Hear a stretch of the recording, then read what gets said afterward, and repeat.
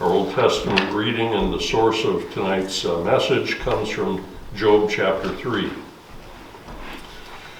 After this, Job opened his mouth and cursed the day of his birth, and Job said, "Let the day perish on which I was born, and the night that said, a man is conceived.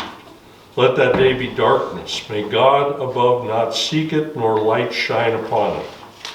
Let gloom and deep darkness claim it. Let clouds dwell upon it. Let the blackness of the day terrify it. That night, let thick darkness seize it. Let it not rejoice among the days of the year. Let it not come into the number of the months. Behold, let that night be barren. Let no joyful cry enter it. Let those curse it who curse the day, who are ready to rouse up Leviathan. Let the stars of its dawn be dark. Let it hope for light but have none, nor see the eyelids of the morning. Because it did not shut the doors of my mother's womb, nor hide trouble from my eyes. Why did I not die at birth and come out from the womb and expire? Why did the knees receive me? Oh, why the breasts that I should nurse?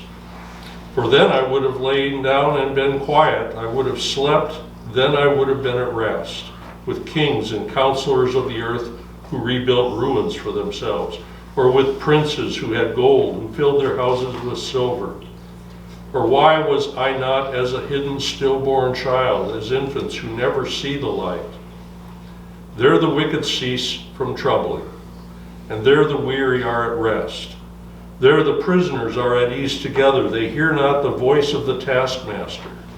The small and the great are there, and the slave is free from his master.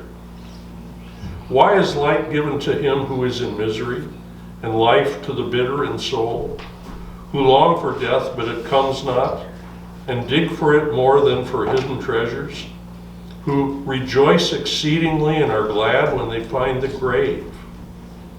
Why is light given to a man whose way is hidden, whom God has hedged in?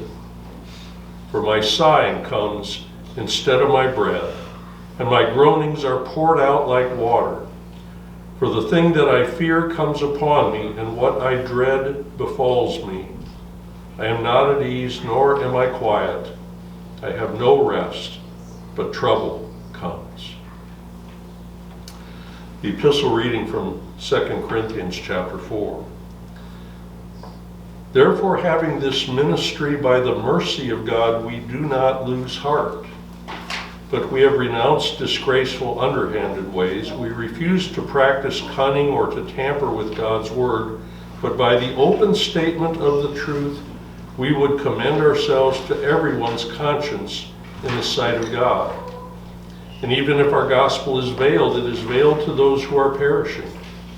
In their case, the God of this world has blinded the mind of the unbelievers to keep them from seeing the light of the gospel of the glory of Christ, who is the image of God. For what we proclaim is not ourselves, but Jesus Christ as Lord, with ourselves as your servants for Jesus' sake. For God, who said, "Let light shine out of darkness," has shone in our hearts to give the light of the knowledge of the glory of God in the face of Jesus Christ. But we have this treasure in jars of clay to show that the surpassing power belongs to God and not to us. Please stand for the reading of the Holy Gospel according to Matthew, the 5th chapter. Seeing the crowds, Jesus went up on the mountain, and when he sat down, his disciples came to him. And he opened his mouth and taught them, saying, "Blessed are the poor in spirit, for theirs is the kingdom of heaven. Blessed are those who mourn, for they shall be comforted.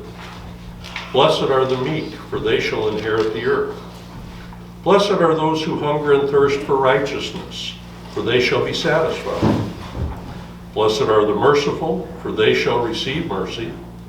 Blessed are the pure in heart, for they shall see God.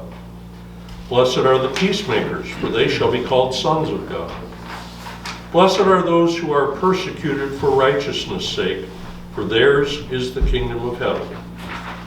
Blessed are you when others revile you and persecute you and utter all kinds of evil against you falsely on my account. Rejoice and be glad, for your reward is great in heaven, for so they persecuted the prophets who were before you.